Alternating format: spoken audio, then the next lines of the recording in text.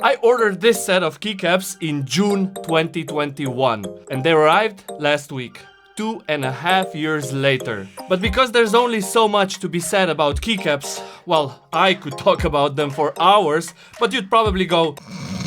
So let me instead show you how this keyboard came to be, describe all of its parts, the reasoning behind them, and finally, give it to one of you, the subscribers of this channel. So make sure you watch until the end, because I'll announce how you can participate in this giveaway and win this very one. Without the keycaps, mind you, because it took almost 3 years to get them, and I'll be holding on to them for a while.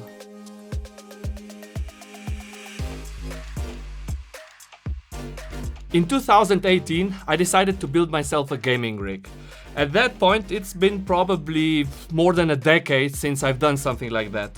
The reason being, I simply did not have the time to game because I was both building a company and raising 4 children. But at that moment, kids were old enough to be somewhat independent and the company somewhat stable.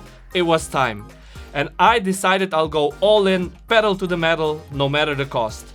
And of course, a PC is not just the case and its contents, but also the peripherals. A good monitor, a fast and lightweight mouse, and the topic of today's video, a solid mechanical keyboard. Now, if you look at the mechanical keyboard market today, it's significantly different from the one from 5 years ago.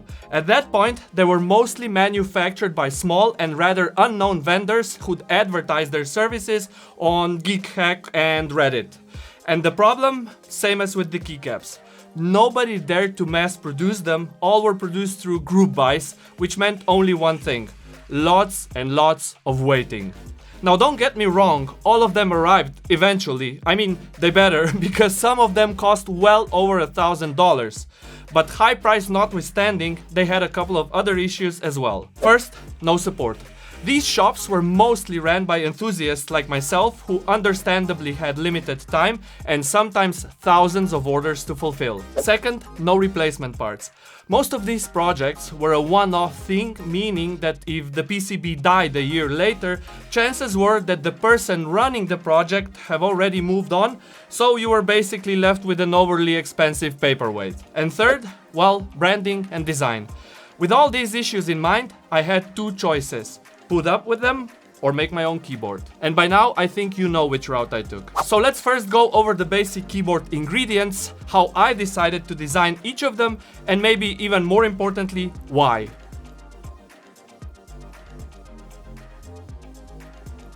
It all starts with the PCB, which was the biggest financial investment on my part for one single reason: I didn't have the knowledge to design one. So what makes a keyboard PCB, well, a keyboard PCB? The matrix. No, not that one. In a nutshell, a keyboard matrix is an electronic grid of rows and columns, all of which terminate in a microcontroller. You know what? Let's draw this out because it'll be easier to understand. For the sake of simplicity, imagine a 16-key keyboard with 4 columns and 4 rows. Each row and column is connected to a pin on the microcontroller, but they differ in how they are connected to it. Columns are connected to pins that are known or configured as output pins, whereas rows are connected to input pins. Regardless if any of the keys are pressed or not, the keyboard performs something called the matrix scanning, usually at 1000 Hz or 1000 times per second. In each cycle of this scanning process, it turns each of the output pins on and off by providing them with 5 volts for a brief moment. And here's where the input pins come in. If you press down a key, which causes the copper contacts in the switch to close the electric circuit between one of the output pins and one of the input pins, the microcontroller goes like, hey, I've sent out a signal on output A and it came back in on input 1. This means that the key escape is pressed. This is where I'll leave it when it comes to theory, because there's a lot more when it comes to keyboard logic and behavior, such as ghosting, masking, and debounce, but I'll leave a couple of links down in the description below if you're interested in all of that. As for my keyboard, the biggest challenge we had was with trying to support both ANCI and ISO layouts, or if I'm being more accurate, with the enter key. You see, here in Europe, we have this L-shaped enter that, unlike its American counterpart, takes 2 rows, which means that the switch itself has to be positioned between rows 2 and 3.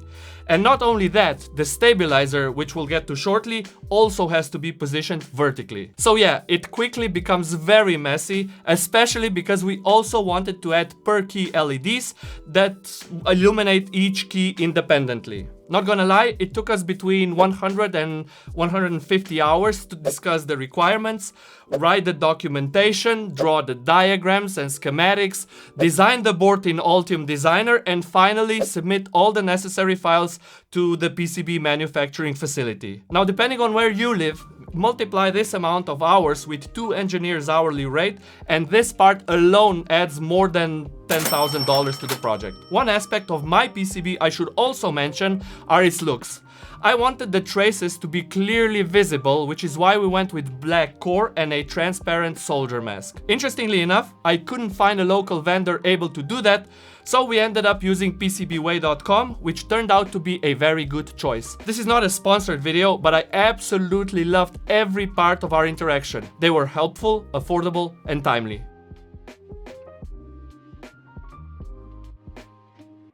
When it comes to switches, I wouldn't be a true keyboard nerd if I didn't treat them nicely.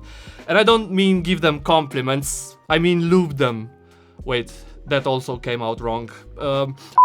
Anyway, it wouldn't make much sense to build a premium keyboard like this and leave switches stock. Lubing them not only improves the handling or the pressing experience because the stem travels more smoothly through the housing, but it also improves the sound they make. I shouldn't take credit because my twin sons lubed these in return for a monthly gym membership.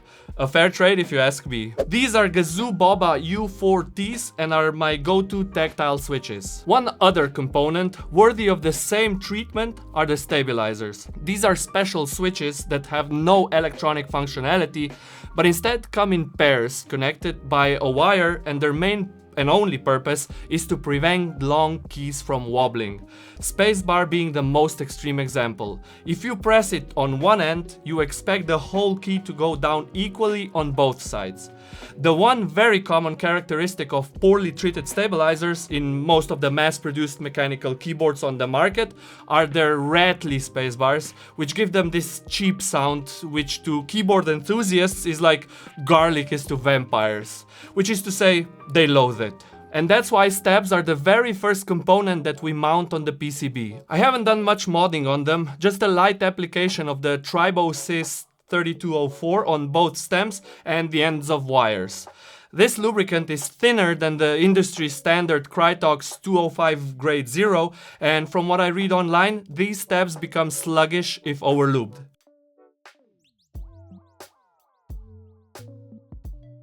But before we put them on, let's also talk about this foam that I'll put between the PCB and the switches. It's a 0.5 millimeter thick polyurethane foam that's optional, but I always put it on because it makes the typing sound even more pleasing.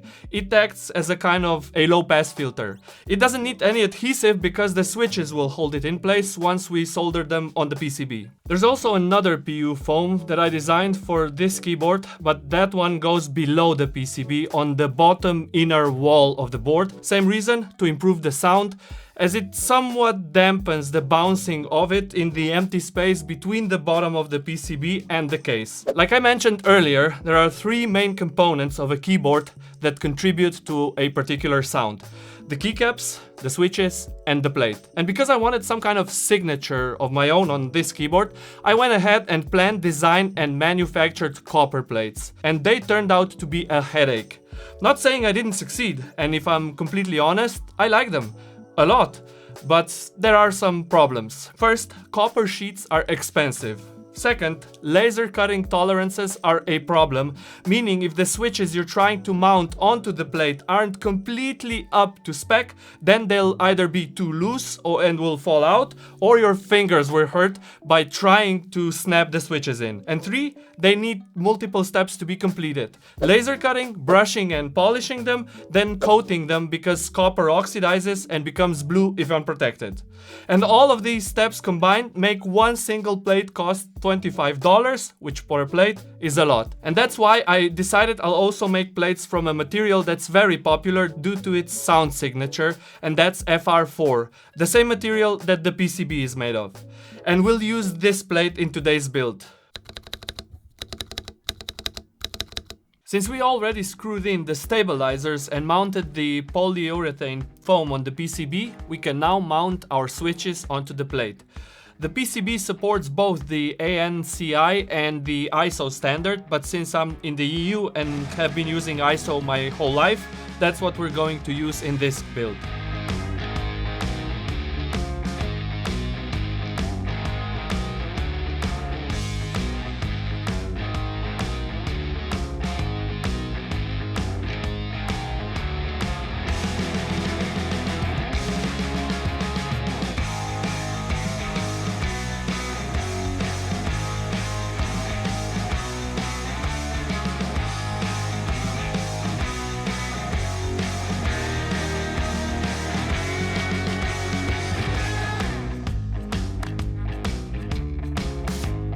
There we go. The most difficult part is now behind us. I mean, don't get me wrong, building a new keyboard from scratch is fun, but when you've built as many as I have, it becomes somewhat repetitive and honestly not as exciting.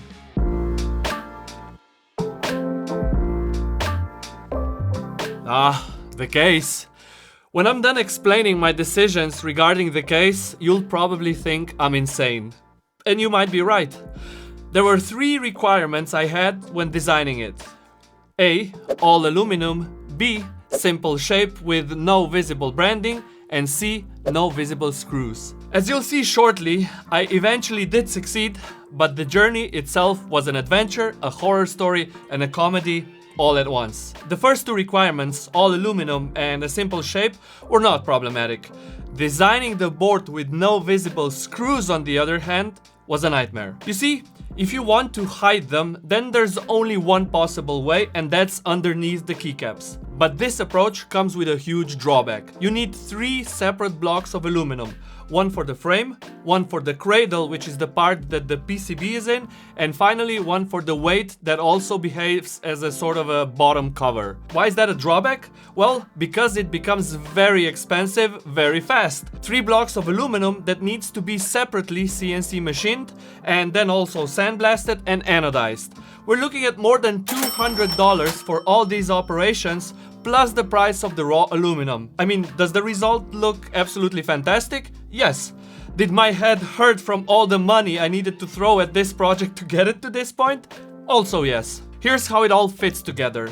This type of case is what is known as a gasket mount. This means we squeeze the plate between the 2 aluminum parts on which we apply these Tworon gaskets.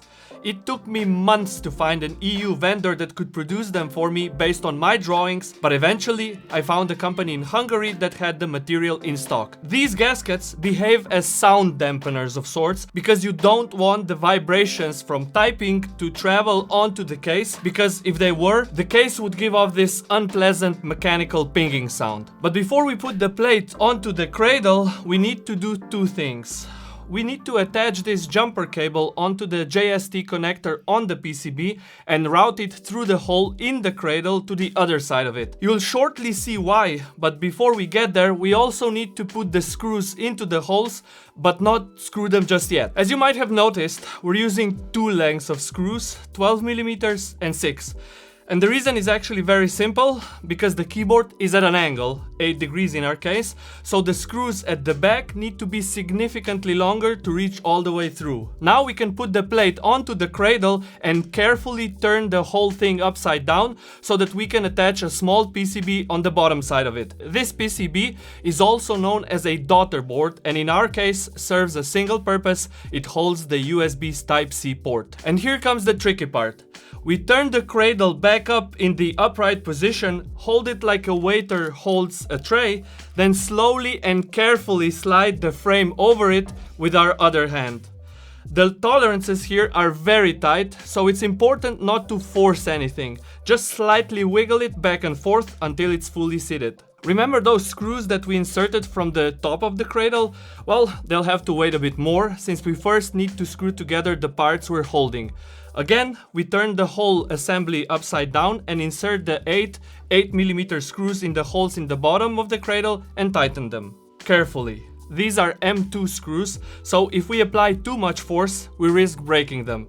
So when they naturally stop, we gently try if they can turn some more, and if not, we're done. There we go. The trickiest part is now behind us, so all that's left at this point is to attach the weight. We do this by positioning it on the table, then carefully sliding what we have assembled so far over it. The same principle applies, slowly, gently, and patiently. If we need to apply force, we're doing it wrong. Once it's fully seated, we screw down the 10 screws we inserted into the cradle initially, and finally we stick the feet onto the weight. Fun fact, because of the inherent height of mechanical keyboards, reason being that the MX switches are relatively tall compared to, say, Apple's butterfly switches, one objective was to keep it as short as possible. That's why the vendor that provided the feet had to order a special sheet of rubber that's only 1mm thick, from which they have laser cut the feet. And since the feet mounting holes are 0.5 millimeter deep, that means that the keyboard rests only 0.5 millimeter above the surface it's on, which further enhances that monolithic look I was going for. Okay, now that it's fully assembled, let's first put on the keycaps and then do the one absolutely mandatory thing, the sound test.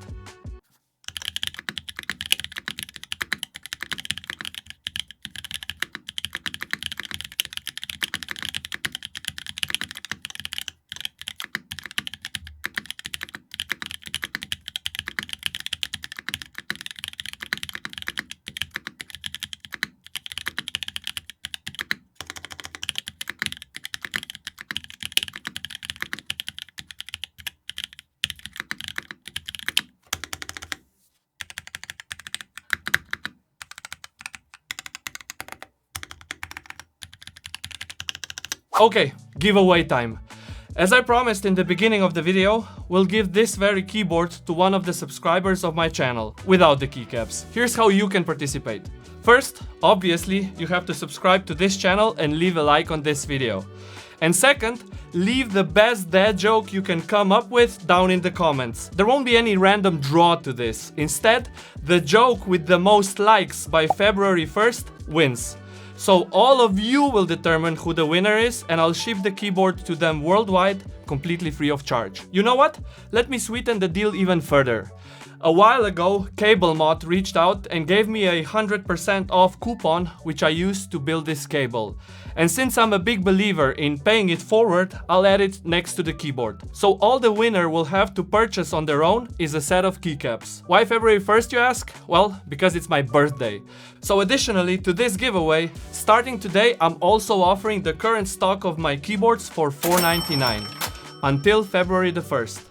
And in the off chance that the winner buys one before the end of the giveaway, they'll get a full refund. Every single dollar made from this will go towards the development of my router project that you should totally check it out if you haven't yet.